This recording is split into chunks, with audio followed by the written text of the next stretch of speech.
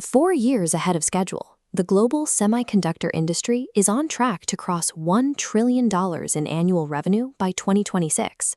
To understand where that capital is flowing, you have to look at the timeline. The AI boom started with Phase 1, the hype cycle, defined by chat interfaces and cultural attention. Then came Phase 2, the massive hardware scramble of 2024 and 2025, where buying raw compute power became the top priority for major tech firms. This chart tracks the 3 phases. We are deep in Phase 3. Tech giants will spend over $600 billion on infrastructure this year alone. Overlaying the SMH Semiconductor Fund onto this timeline reveals its appeal. Driven by memory chip shortages, it shot up 58%.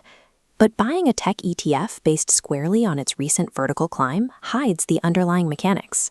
When you skip examining the individual holdings inside the fund, you risk mistaking a highly concentrated cyclical wager for safe diversification.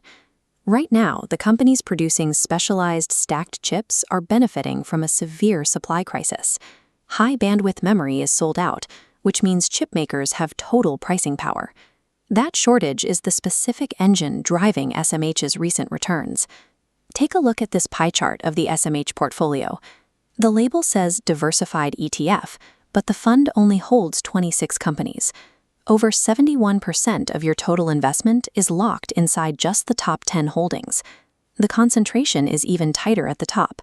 22 cents of every dollar you invest depends entirely on NVIDIA's next quarterly earnings call. Another 9 cents rides on Taiwan Semiconductor.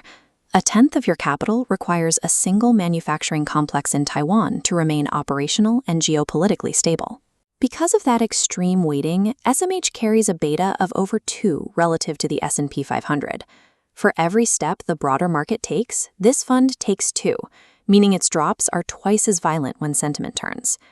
Concentrating half your money into 5 companies works beautifully in a bull market, but one supply disruption or political escalation introduces operational risks that no standard financial report can protect you from.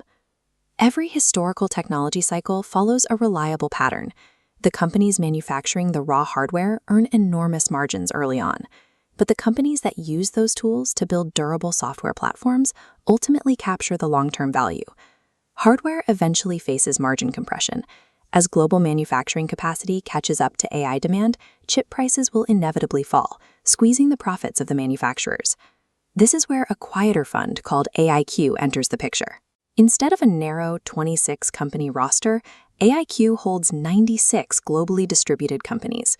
Rather than focusing on the foundries making the hardware, AIQ targets the ecosystem.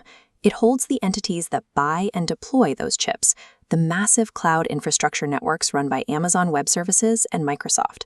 When chip supply normalizes and hardware prices drop, these software and platform companies actually benefit. Their infrastructure costs go down, while their recurring subscription revenues continue to compound. Rotating capital into the broader software and platform ecosystem protects your position against the inevitable moment when high-end AI chips become commoditized.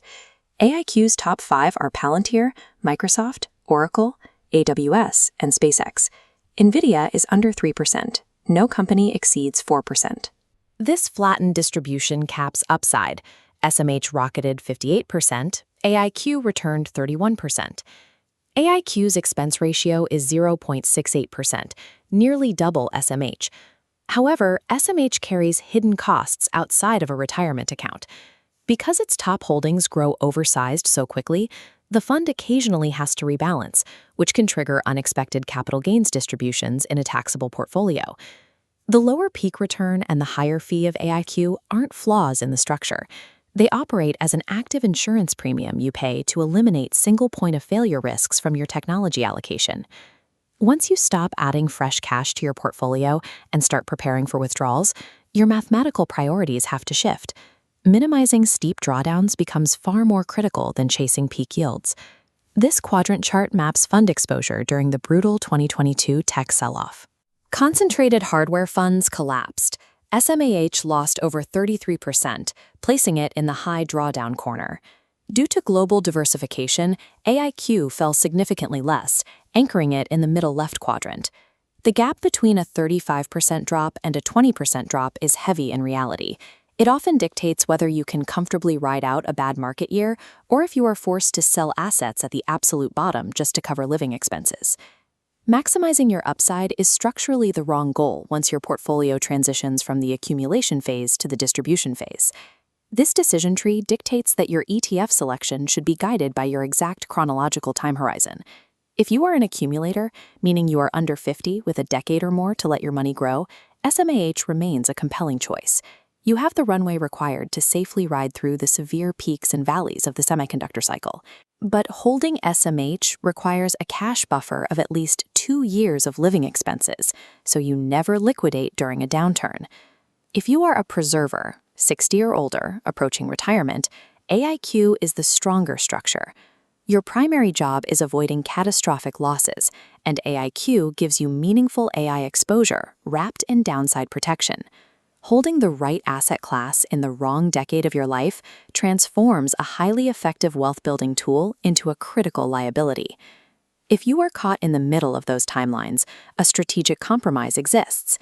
You can blend both funds to anchor your portfolio in software stability while keeping a smaller exposure to hardware's massive upside. This chart illustrates a highly effective blend, dedicating 70% of your technology allocation to AIQ and 30% to SMH. This arrangement removes the single company risk of pure hardware and leaves you with a blended expense ratio of roughly 0.58%. For investors who need their technology exposure to generate actual, spendable cash flow today, neither of these growth funds will do the job. Income seekers should look at VIG, the Vanguard Dividend Appreciation ETF. It holds AI-era giants like Microsoft and Broadcom, but filters exclusively for companies that have grown their dividends for at least 10 consecutive years. The ongoing infrastructure build-out creates immense market value, but the structure you choose dictates your outcome. Extreme concentration is the tool required to build wealth. Broad diversification is the structure required to protect it.